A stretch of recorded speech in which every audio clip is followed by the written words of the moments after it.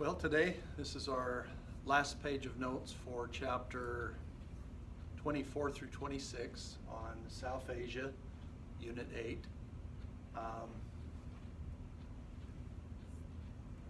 So we start out, we're going to go to number 28 today. Basic necessities, these are things like food, clothing, shelter. Again, just the basic things that people need. Beyond that, those are nice things to have, but these are the basic things that we as human beings need.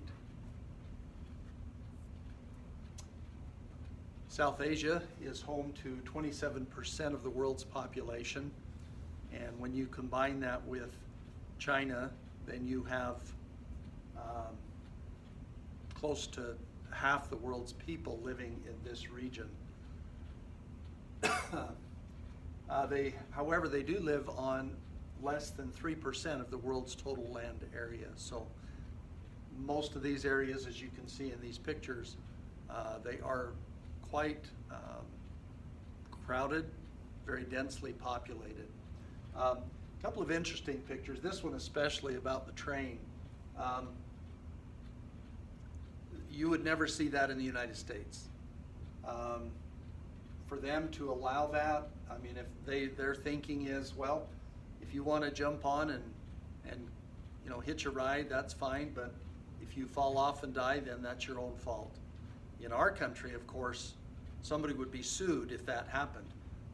You can do stupid things, but then if something happens to you, then you end up suing somebody, and in many cases, you win, and that's unfortunate. However, in India, that does happen, these types of things. So I believe this one is a prison, very overcrowded conditions that you can see in a prison. They're not like ours.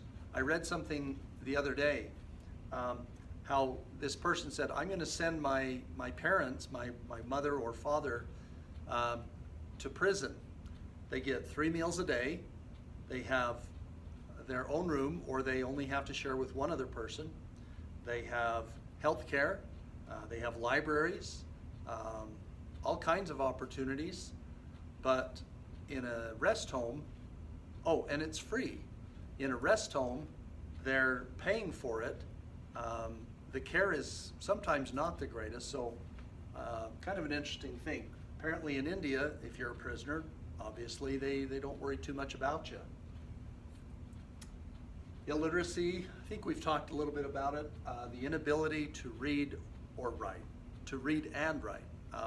You are illiterate if you cannot read and write. This shows some of the countries in this region, Sri Lanka and the Maldives.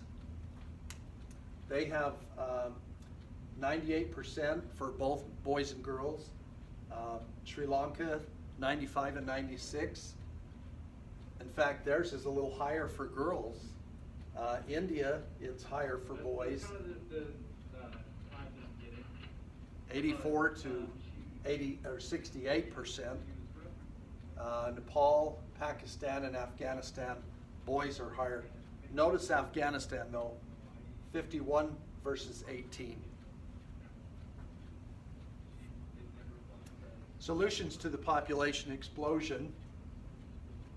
So obviously having some ideas about smaller families, educating people, different job opportunities, and better health. Now on the other side of that, let's answer the question, why do they have large families? Why do they have a lot of people in these areas? Well, they have a long history for many of them. These countries have been around and people have been living in these areas for many, many thousands of years. But some of the reasons why they want bigger families, because they need children to help work and to get money.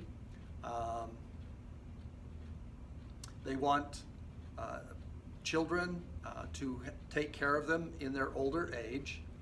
And if some of their children get sick and die, by having extra children, it will, obviously they will have children still alive. So those are some of the reasons why they do have these larger families. Okay, Sanskrit, ancient sacred and literary language of India. This is an example of what it looks like. The Perta is a custom of women covering their faces. You see this a lot in pictures and video with the veil when they are outside of their homes. Inside, they don't have to wear it. And so the veil plus, some of them it's not this, but this, where, you know, it's still covered, but they can see out. And so just a custom that they have. Sometimes some different countries maybe haven't had this, but many of them do. Okay, the Taj Mahal, one of the greatest architectural wonders of the world, and there's a little video on Canvas that you can watch about it. It has information at the bottom that you can read, and I just wrote down a few things about it. It was commissioned by Shah Jahan in 1632 for his favorite wife that had died in childbirth. And I guess they hadn't been married very long, but her name was Mumtaz Mahal, and it's built in the city of Agra, right on the edge of a river.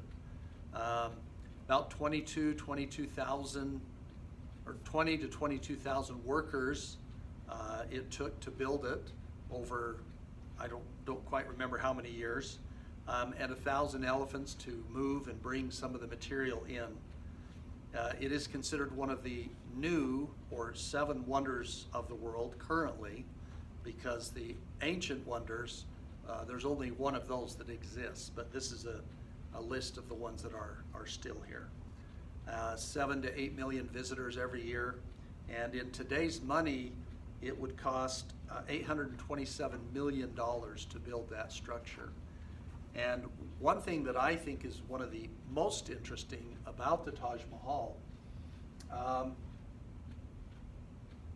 and you can kind of see with these small pillars, so the pillars themselves, as you can tell, go from wider at the bottom to narrower at the top. But if you look at it, there's not a big difference in that space right there, okay? And so the interesting thing about the building is that the base is narrower than the top. So when you stand to look at it like this, it appears straight up and down and square, where it's not. The top is a little bit wider. So if you stand in front of a tall building, it's going to get narrower as you look up at it. But this one is built that way so it looks square. So I thought that was kind of interesting. And they also say that depending on when you're looking at it, if it's in the morning, afternoon, or evening, the color of the marble changes from white, pink to a goldish color. Okay, major religions for the region include Hinduism, Buddhism, and Islam, represented by these. Lots of different symbolism in Hinduism. Many different gods, thousands of gods that they have in their faith. And there's, you know, forearms, stepping on this person. Some of the gods have 4 faces. Just so many different things that have symbols or symbolism in their religion.